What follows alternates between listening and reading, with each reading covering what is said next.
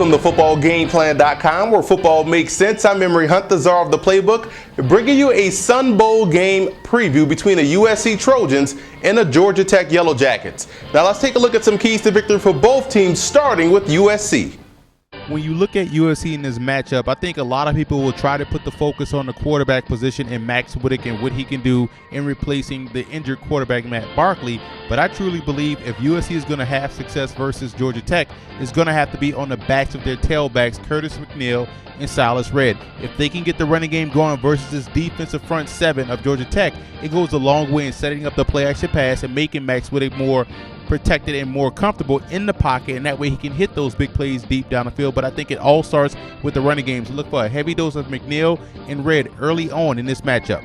Defensively for the Trojans, I know it's going to sound like a broken record when we preview these Georgia Tech games, but it's that simple. You have to play assignment football, otherwise the Yellow Jackets will beat you. So the dive man has to remain disciplined and take the dive guy. Don't try to be a hero and so on. But I think this game, look for the Trojans to go more single high safety, put a lot more emphasis on their corners to man up on those wide receivers and throw off the timing if they decide to throw the football downfield. So that way they can keep an extra safety in the box to help assist them in the run defense department. Now, if they get beat up front, that's going to leave them extremely vulnerable for the play action pass. And if Georgia Tech can have any type of balance within their own style of offense, that could be a dangerous combination for this USC defense.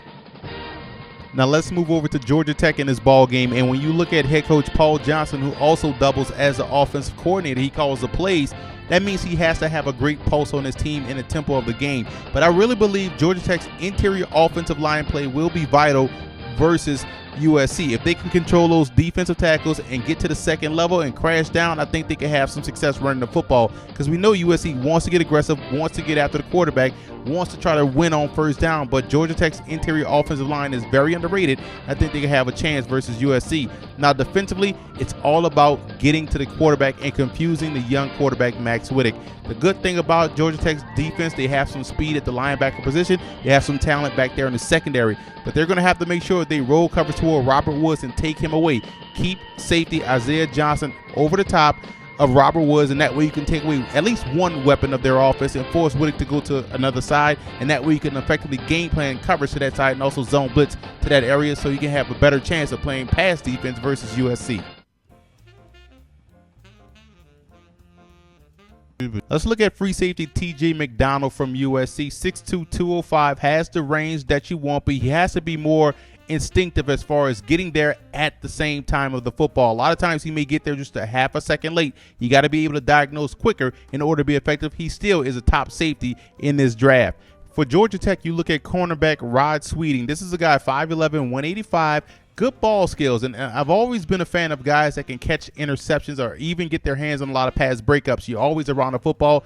That defines what Rod Sweeting does well. He also is an effective tackler, solid prospect moving forward in this draft process.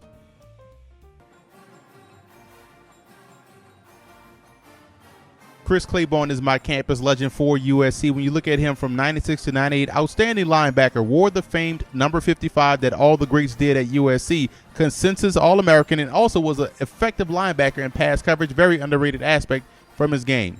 He only stood 5 feet 10 inches tall, but Joe Hamilton played big time each and every Saturday for Georgia Tech and was definitely a campus legend. Over 7,500 yards passing the football, and in 1999 he was a consensus first team All-American and finished second in the Heisman Trophy.